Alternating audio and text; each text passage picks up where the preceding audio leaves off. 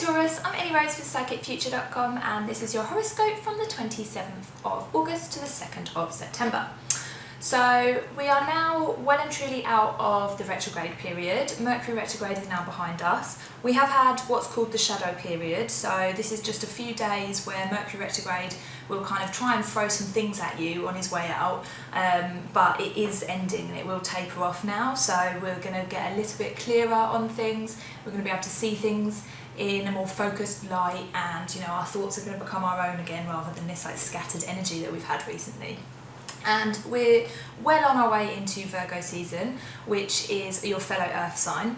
So you might notice that you feel a little bit more dedicated towards your goals. You feel like things will start to take shape a little bit easier, and you'll kind of get this slow but steady plod towards what you wanted to be doing. Whereas before it might have been a bit like, go here, go here, go here. I don't really know where I'm going. Whereas now it's kind of very straightforward. Just get your head down and get on with things.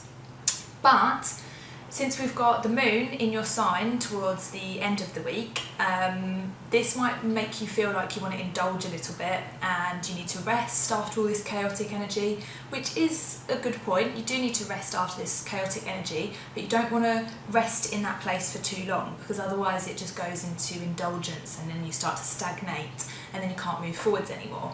So if you do feel like maybe over the weekend you just want to like sit and watch some TV and eat some ice cream and kind of do indulgent things, then do that, but make sure that you are doing something else as well, so that you've got this like balance of work and play. But also perhaps maybe even try and direct some of this like soft, lovely, indulgent energy towards someone else. So maybe someone in your life might need a little bit of nurturing, or something in your home might need a little bit of TLC. Just try and like direct that energy into something so it doesn't all go to waste. So I'm going to pick a tarot card for you for this week, since I'm indoors again, as it is raining outside here in Thailand. So, right, what have we got for Taurus this week? What do we need to tell Taurus this week? Oh, that's too many. Too many. We'll keep going. It's my bad shuffling. Okay, what do we need to tell Taurus this week? Let's go this one. Okay, the Knight of Swords. So this is telling you that perhaps there might be some mental movement or some communication in some way. Perhaps you might feel like you need to take a different direction in your mindset in some way. Perhaps someone else as well might actually like change course and might begin to see things a little bit differently. This might be to do with any perhaps arguments that you've had. Maybe this energy will start to clear up and it's going to start moving. So if perhaps you've been feeling like you're at a bit of a standstill, or you're kind of like at loggerheads with somebody, or you're perhaps not quite getting the conclusion that you want out of something, that energy is now going to change and it's going to move in a different direction.